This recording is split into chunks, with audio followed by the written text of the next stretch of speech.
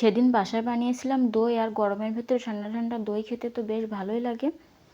তো আমি যেভাবে দইটা বানিয়েছিলাম সেই রেসিপিটা আপনাদের সাথে শেয়ার করব। যারা দই বসাতে পারেননি তারা কিন্তু রেসিপিটা ফলো করতে পারেন।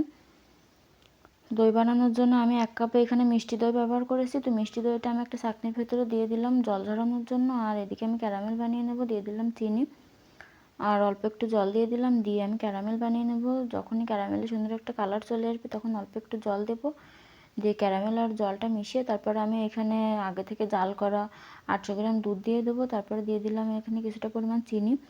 তো দিয়ে এখন আমি দুধটা জাল করে অর্ধেক করে নেব।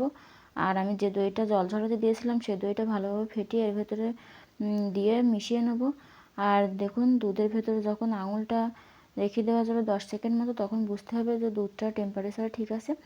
তো আমি সব কিছু ভালোভাবে মিশিয়ে এখন যে পাত্রে দইটা বসাবো সেই পাত্রে দিয়ে দিলাম। আর সেই পাত্রেও কিন্তু আমি একটু দই লাগিয়ে রেখে দিয়েছিলাম। তো তারপর আমি কড়াইতে অল্প একটু জল বসিয়ে দিলাম, দিয়ে জলটা যখন ফুটে যাবে তখন একটা স্ট্যান্ড বসিয়ে এর উপরে দইয়ের পাত্রটা দিয়ে দিলাম, দিয়ে 10 মিনিট আমি ভাপিয়ে ফ্রিজে রেখে দিয়েছিলাম। তো এই যে দেখেন আমার এখানে কিন্তু দই রেডি হয়ে গেছে।